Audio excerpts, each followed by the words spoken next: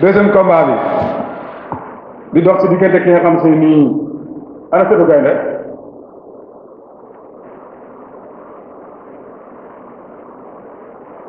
Pambaay 2 moo war a ñëw de Pambaay 2 deuxième combat bi Pambaay 2 ak Mbër Géwël Pambaay 2 Mbër Géwël ana Pambaay ñëw de Mbër Géwël loo def Pambaay ba tax Pambaay ñëw. waaw ginnaaw loolu maa ngi nuyu ñu ngi teew ñëpp di nuyu personne di nuyu champion bi nekk yëpp xam nga waaw di nuyu waa Yoff waaw di nuyu presse bi yëpp maa leen di bëggee waaw. Mbër Géwël bii ma si ñaata ko. waaw bi mooy sama premier combat.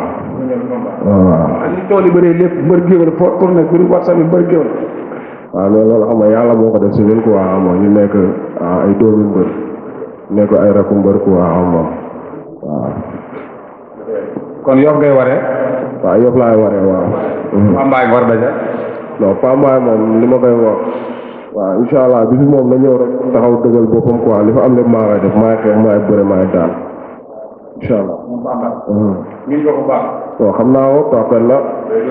non Pambaay moom mënul xeex ba daa ko ma xeex parce que man ñi ma dëggal ay xeexkat rek laa dëggal ku mel ni ay caatu yoon xam nga ñu may teg nit ñetti ay mojja barki alxuraanu karim laa la waatal presse bàyyi ni yàggatul dimanche la bu taxawee dëggal boppam dama koy dóor ba mu taw barki alxuraan maa ko ëpp doole man xale bu ndaw laa 2002 laa judd billaahi wallaahi taalaay yàlla na ma Pambaay daal 2002 laa judd barki alxuraan da ngay xeex moo da ngay bëre.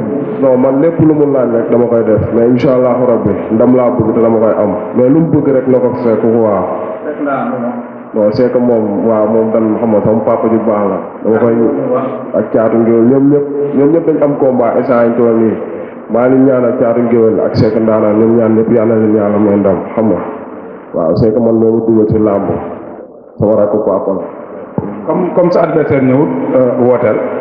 waaw ginnaaw loolu maa ngi sant waa Yoff gépp di autorité waa Yoff gépp xam nga ñu jàppale ma si golo gi bii man képp ku may jàppale rek na ma jàppale si golo gi bii parce que làmb léegi xam nga ñëpp xam nañ ñu ngi demee mobilisation bi te incha allah rabbi la 15 dinañ gis mobilisation bi doy waar parce que am naa Diouf Sarr mi ngi may jàppale bu baax a baax a baax dina ma jënd ak jënd ticket xam nga monsieur le maire Seyna Issa maa ngi koy oo si combat bi gisaguñu ko waaw maa ngi koy oo si combat bu baax a baax a baax di oo kii waa Mansour Dia moom day jàpp samay combat moom ba ma dalee bëre mbapat ba léegi nii mooy bëre lu mu tuut kenn dina si jàpp parce que Seydina wax na di oo waa Yoff gépp cat ba cat ngor Yoff wagaam xam nga di oo tam kon bi ma dëkk ngéwél maa ngi leen di oo si combat bi ñooñu xam nga man foofu laa juddoo foofu mooy sama lépp parce que alxuraanu karim di si oo grand yëpp mbaar yi waaw mbaar yu xaar maa leen oo di oo ñi nga xamante ne nii ñoom laa foo doon soo booy yëpp maa leen oo si combat bi.